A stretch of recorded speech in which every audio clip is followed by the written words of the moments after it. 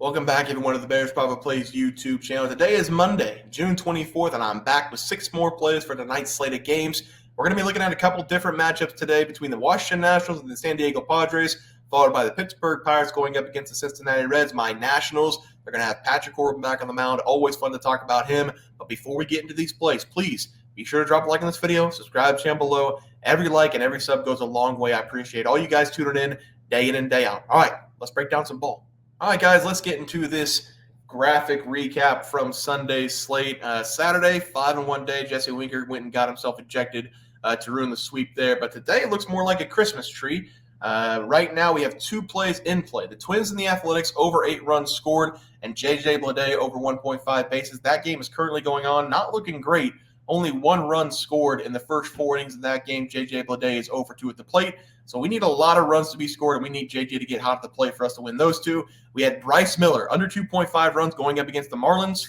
Don't know what happened there. He gave up, I believe, 6 runs in 4 innings. So his worst start of the season by far. Lane Thomas, thought it was over. Never a doubt, though, for Lane Thomas. Top of the 9th, 1 out, double against the Rockies. So that one did cash for us on the best bets. Giants and Cardinals over 7.5. Again, another crazy game. 4 runs scored by the Cardinals in the first 2 innings, not a run scored for the next 6 innings. And then the Giants finally broke up the no-hitter from Sonny Gray, got a couple runs on the board, and they scored 8 total in that game, so we kept the win. Michael Conforto, over 1.5 bases, got pulled after his second at-bat. Both of them were line drives, looked like they could be home runs, lined out to deep left and deep center. But he got pinch hit in, I believe, the 5th or 6th inning in that one. And then again, J.J. Bleday, he's still going right now. So hopefully we can get a couple more wins on the board. This is what the leaderboard looks like right now. 1-1 day on the best bets. Still 18-5 over the last 7. That's probably going to change, though, because there's not a whole lot of runs cooking up in that athletic team right now. So that leaderboard will change. We are going to get right into these games, though, for Monday. First play of the day is going to be between my Nationals going up against the San Diego Padres. The Nationals, they fought like hell against the Rockies on Sunday. They found a way to win that game, 2-1 at the top of the 9th. In this game, they're going to be traveling to San Diego. I don't think they have any chance in the world to win this one. I'm going to take the San Diego Padres in this game over 5 team total runs as the play, though. This isn't my typical play, but the money line is way too juiced. The -1.5 is like -125, and I'm going to be rooting for the Nationals anyway, so I don't want to bet against them all the way. We also have quite possibly the 8th wonder of the world happening right now in front of our eyes because Patrick Corbin, he's only given up 2 runs over the last 2 games. And I don't remember the last time Patrick Corbin went back-to-back games giving up 1 run or less, let alone 3 back-to-back games. So I think he's going to struggle in this one. He's most likely going to struggle in this game on the mound, especially going up against the Padres, who are one of the better hitting teams in baseball. The numbers for Patrick Corbin this season, they're horrible. He's given up 99 hits this season, 82 innings pitched, a 1.60 whip, and a 5.60 ERA. I mentioned the back-to-back games against the Tigers and the Diamondbacks, and in those games, he only gave up a total of 7 hits, 2 runs, and if you know anything about Patrick Corbin, you know that both of those starts were flukes. I'm betting on him coming out in this game, giving up a lot of runs early and often to the Padres, so I'm going to play their team total over as the play. If you're looking for a game pick aside, I would obviously lean towards the Padres -1.5. I do think the Padres are going to have a lot of run support in this game. They're also going to have one of their better guys on the mound in Matt Waldron. This is a knuckleball pitcher. He has a very good knuckleball, but he also has a pretty good fastball and slider. And early in the season, he was extremely bad. Early in May, even, he had a 5.82 ERA, but over the last 8 starts, he's been able to work that down to 3.46, coming in with a 1.16 whip. And if you're just looking for the last 8 games for him, he's given up 2 runs or less in 8 consecutive games, and he's been able to work 6+ innings in 5 consecutive games as well. He's wheeling and dealing right now for this team. And the Nationals, they're coming off a game where they struggled against Kyle Freeland.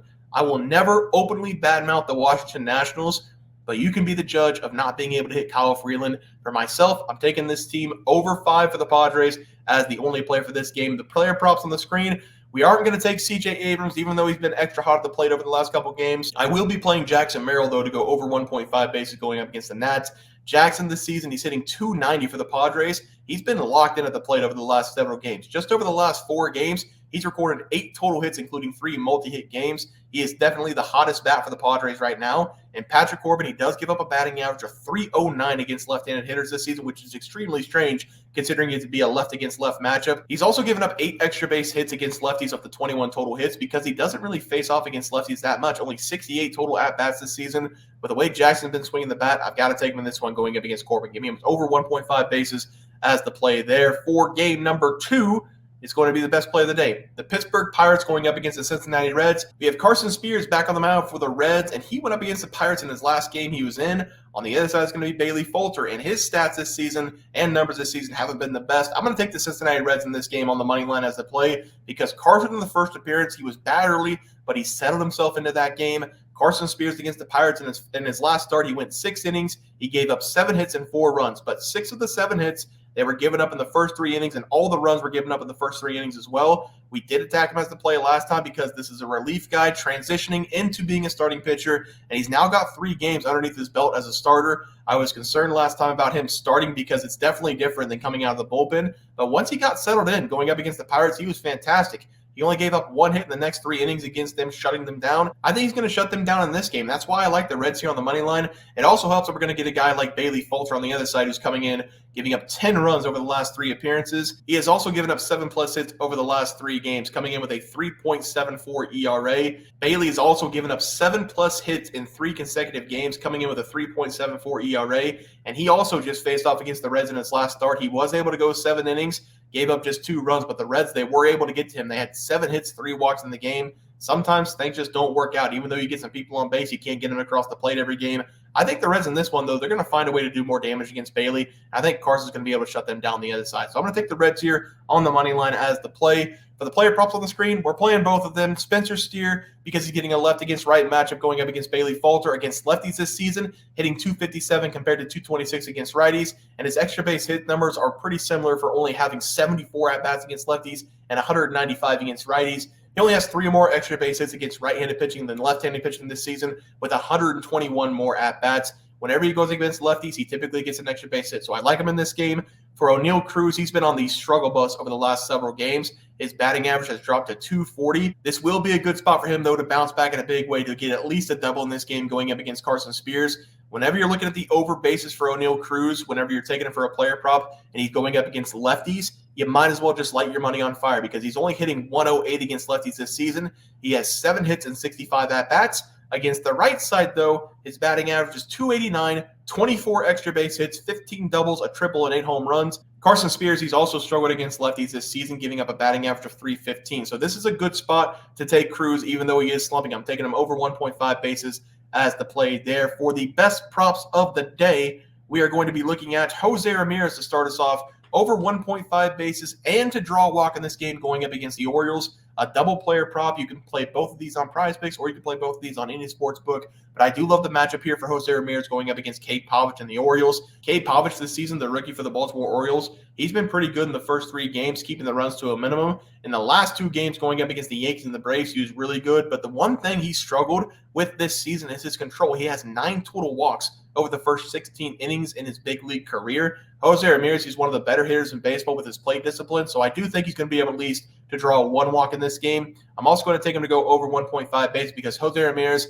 he is a switch hitter. He has all the advantage in the world at the plate going up against the rookie. Cade has given up 5+ hits in 2 of his 3 games this season, and Jose Ramirez this year against lefties, he has a batting average of 326. Over the last 5 games, Jose Ramirez has reached base safely in all 5 of them, including multi-hit games in 2 of the last 5 as well. He's one of the best players in baseball at getting himself on base. So I'm going to take him a couple ways here, over 1.5 bases and to draw a walk going up against the Orioles. For the pitching prop today, we are going to be looking at Garrett Crochet to go over his total strikeouts going up against the Dodgers. And before anybody jumps on me in the comment section about taking a Chicago White Sox player, you got to understand this is the only bright spot really on the team besides Luis Roberts. I wouldn't be taking him if I didn't think he could win. And I know he's going up against the Dodgers, but I'm just looking at the strikeouts in this game. He can give up all the runs he wants.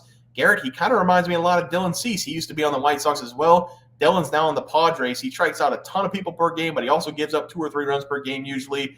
Garrett for the Chicago White Sox, he does strike out a lot of people, but he's also been very good this season at not allowing runs. He's been one of the better pitchers in the MLB. He has 124 strikeouts in 88 innings pitched, and he's only given up 32 runs on the season, under 2 runs in 9 of the last 10 games. So this is by far, I believe, the best player for the Chicago White Sox. And whenever you look at his strikeout numbers, he has had 8 strikeouts or more in 5 consecutive games. He's also had double-digit strikeouts in 3 of the last 5 games as well. So I do believe he's going to be able to strike out a lot of Dodgers in this game. The Dodgers, they do strike out 8.08 times per game as a team. That's right in the middle of baseball this year. And Garrett this season has been one of the best strikeout pitchers. I like him in this game to go over total strikeouts as the play there. All right, Let's go over to the MLB graphic recap. We are going to play the Padres here. Team total over 5 runs as the play. Jackson Merrill over 1.5 base going against Patrick Corbin, who there is no way in hell has 3 good consecutive starts. And then O'Neal Cruz over 1.5 bases going up against the Reds, getting a lefty matchup.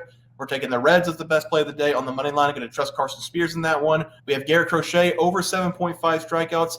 That one might be a little bit higher. He had 8+ strikeouts in 5 consecutive games, so I will play that over 8.5 or up to 8.5 as the play there. And then Jose Ramirez, a double play here, over 1.5 bases and to draw a walk going up against the Orioles, and Cade Pavich, who has struggled drawing walks this season. He has 9 total walks in his first 3 games, so I like both of those plays there. Guys, that's going to do it for the MLB plays and props for Monday, June 24th slate of games. If you guys enjoyed the content, please sure to drop a like on this video and subscribe to the channel below. See you guys next video, and thanks for watching.